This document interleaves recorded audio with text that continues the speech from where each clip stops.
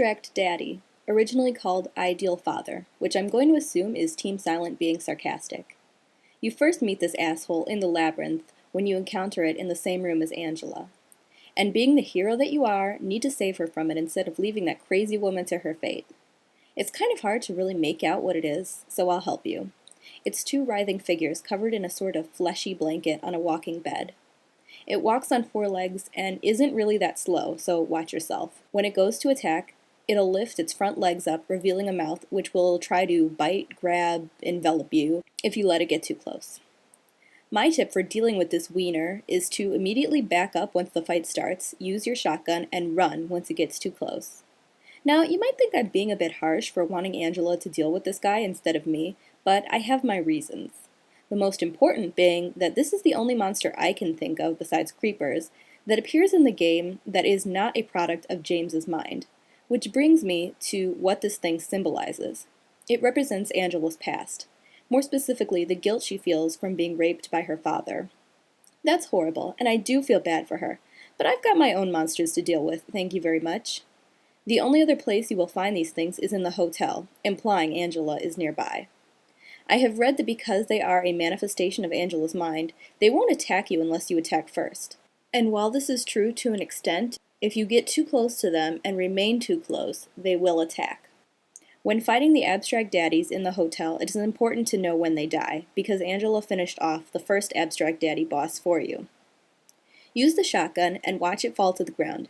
It will keep getting back up until the time it falls and the whole body deflates like a punctured balloon. That's when you know it's down for good. This is the only indicator that it died, because being around Abstract Daddies won't cause the radio to emit static, most likely because these monsters don't belong to James. Now, Eddie isn't technically a monster, but I'm going to talk about him because he is a rather prominent figure as well as a boss in this game. Eddie is a rather obese young man. His official age is listed at 23, who has suffered verbal abuse for the majority of his life. Throughout the course of the game, he becomes crazier and crazier, finally revealing he killed a dog, shot a football player in the knee, and then fled from the cops. Konami described Eddie as usually calm, but with another side he cannot control when angered. What's scary to me is I have known a few people like Eddie. Not too attractive, sometimes overweight, and generally the butt of many jokes.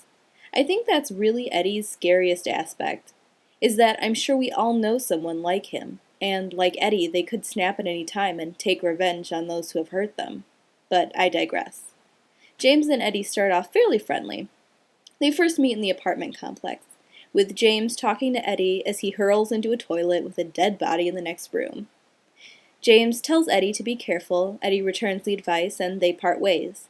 But the more James sees Eddie, the more it becomes clear that the poor guy is really starting to lose it. Almost every time James meets up with Eddie, he's killed someone and claimed it wasn't his fault. After leaving the labyrinth and making his way to a meat locker, Eddie admits to James that he's got no problem killing anyone who makes fun of him from now on. Eddie turns to walk away, and instead of keeping his damn mouth shut, James asks him if he's gone insane. Eddie turns and says he knew James was making fun of him this whole time, and says he'll kill James as well. This is when the fight begins. You gain control and now have to deal with a madman pointing a gun at you.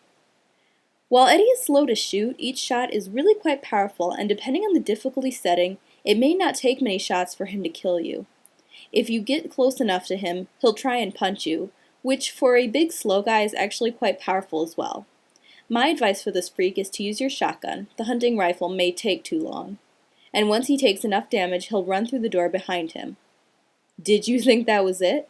Hell no, he's waiting for you in the next room, so heal and stock up on the ammo in the room before going to follow him. In the next room, which is a large meat locker, a cutscene will start.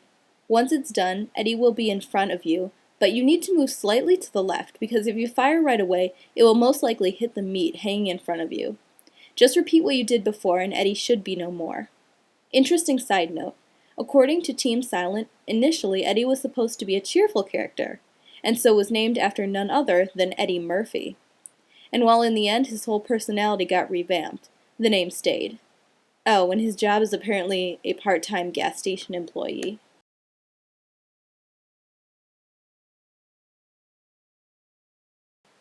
I'm looking for my mother. It's been so long since I've seen her.